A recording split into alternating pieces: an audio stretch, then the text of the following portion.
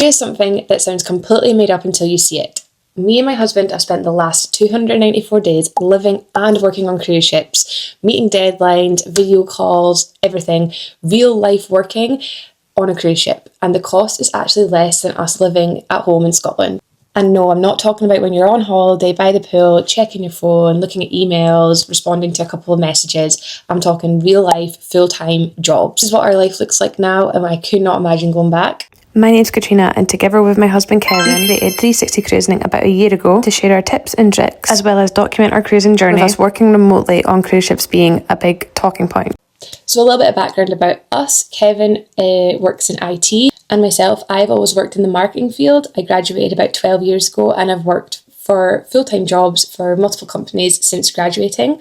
However, at the start of January this year, I decided to quit my full-time job and focus on 360 Cruising full-time. So we have done over 36 cruises together, over 100 countries, but it wasn't until recently that we figured out how to make the ship our actual office. And it started with one cruise that changed everything. So we always book our cruises at least 1 to 2 years in advance. That's when we tend to get the best deals, and that's when we see the best deals. And we spotted that Voyager of the Seas was doing a brilliant repositioning cruise. It was supposed to be going through the Suez Canal with a stop at Jordan to visit Petra. That was dream for years, so we grabbed it.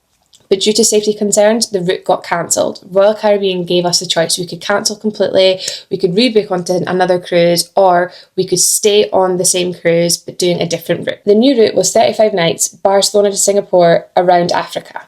We both knew this was a trip of a lifetime, and the stops were places that we'd never been to before, and to be honest, that Royal Caribbean hadn't been to before.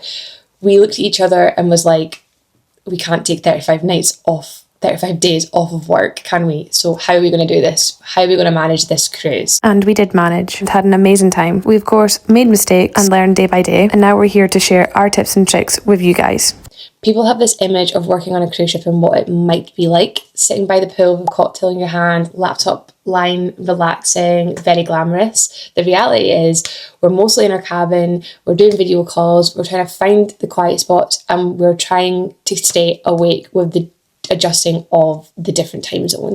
As we are based in Scotland, we stick to UK working hours the whole time. When we were sailing to Singapore, this meant starting work at ship time 5 p.m. and finishing at 1 a.m. On our most recent Caribbean trip, we had to start work at 3 a.m. and finish at 12 p.m. But honestly, it's not as bad as it sounds. You wake up and you've got these beautiful sea views, you've got lovely sunrises, everything's just more relaxing, slowed down. You don't have the constant at-home nags, cooking, cleaning, pressure and people bothering you, I guess. I'll ask, what are the highlights? And it's hard to explain without sounding like a travel advert or that I'm getting sponsored by these cruise lines. But one of the main highlights is that you unpack once and then you see the world. You wake up in a new country every other day and you don't have to step on a plane, find a hotel, etc, etc, etc. Another highlight is the countries that we have visited and seen and experienced. It's hard to pick one, but a standout one from our cruise last year was definitely South Africa.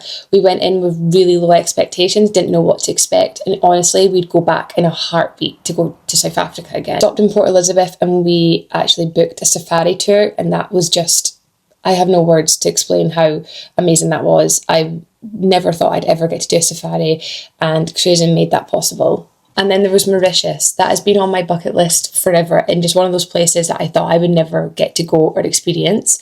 We took the day off, we headed to a beach resort and just relaxed, and it honestly looked like the pictures you see on Instagram and on Google, like a postcard picture. It is like that in real life. Another highlight, and probably the best highlight, is the people you meet.